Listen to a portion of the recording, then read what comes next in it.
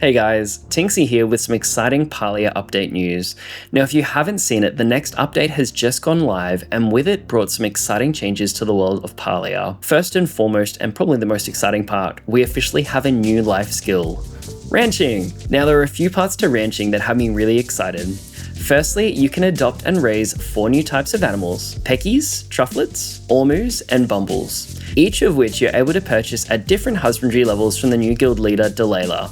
And then you can raise them on your new ranching plot, which is important to note will be separate from your other plots. Animals will have 3 core aspects to keep an eye on: happiness, focus, and item production. As your animals grow, they can unlock special traits that will affect visuals or gameplay, such as how much produce you receive from that animal. There will also be animal breeding once they're adults, which will allow you to pass traits down from one animal to the next, making some truly unique animal combinations from hundreds of different traits. When breeding adults, it is random which traits you're going to get passed down from each parent, so it might take a few tries to get the ones you desire. Animals are going to have 3 different life stages: baby, cute but not yet ready to produce; adults, traits acquired, ready to breed and produce; and finally, venerated, can no longer produce and can be donated if you choose to do so to receive some exciting rewards.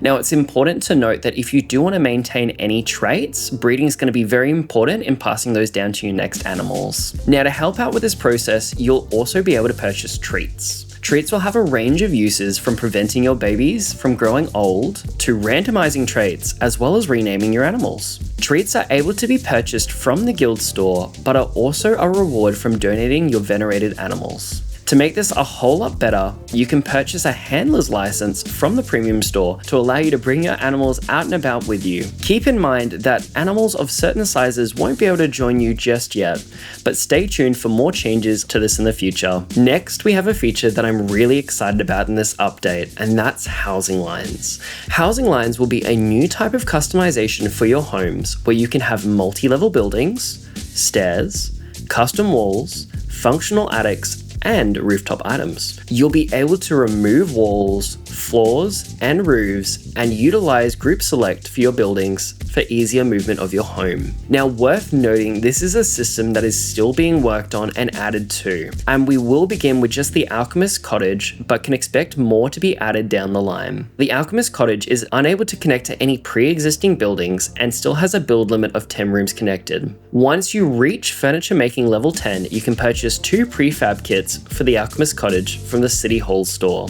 Now, I'm personally so excited to dive in and play around and come up with some weird combinations with the Alchemist Cottage, and I can't wait to see what you guys do with it as well. Now, a lot of people started cluing into the change to the ancient Gouda statue on your plots, and that's because you are now able to befriend and invite the gardener to live in your plot, opening up another quest line and relationship to explore that will offer a unique decorative reward upon completion. On the note of quests, the next batch of bulletin board quests are here.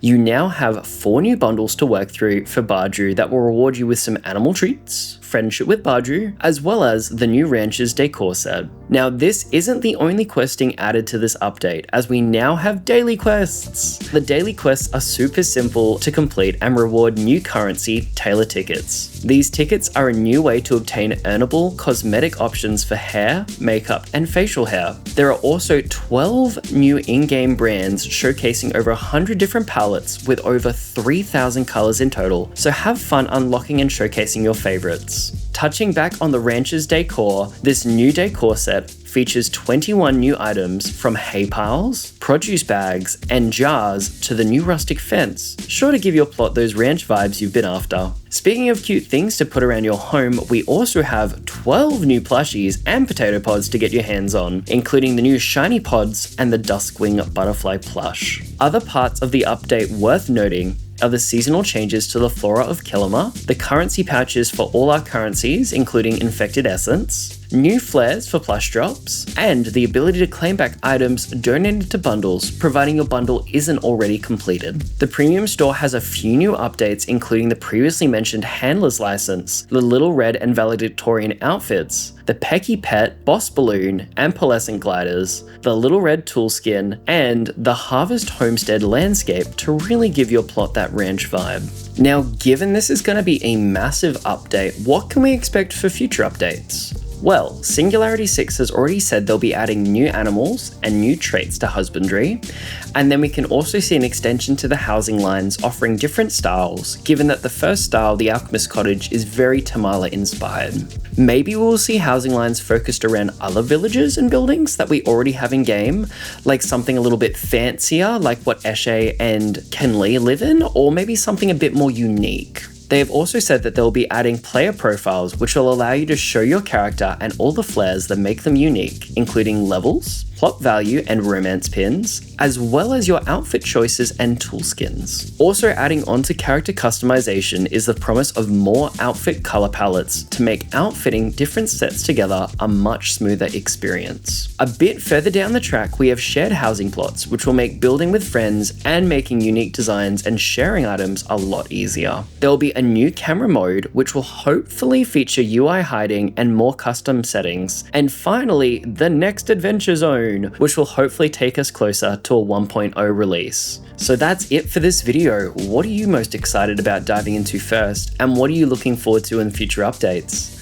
As always, if you enjoyed this video, don't forget to support the channel or find me on Twitch diving into the new update. Thanks for watching, guys.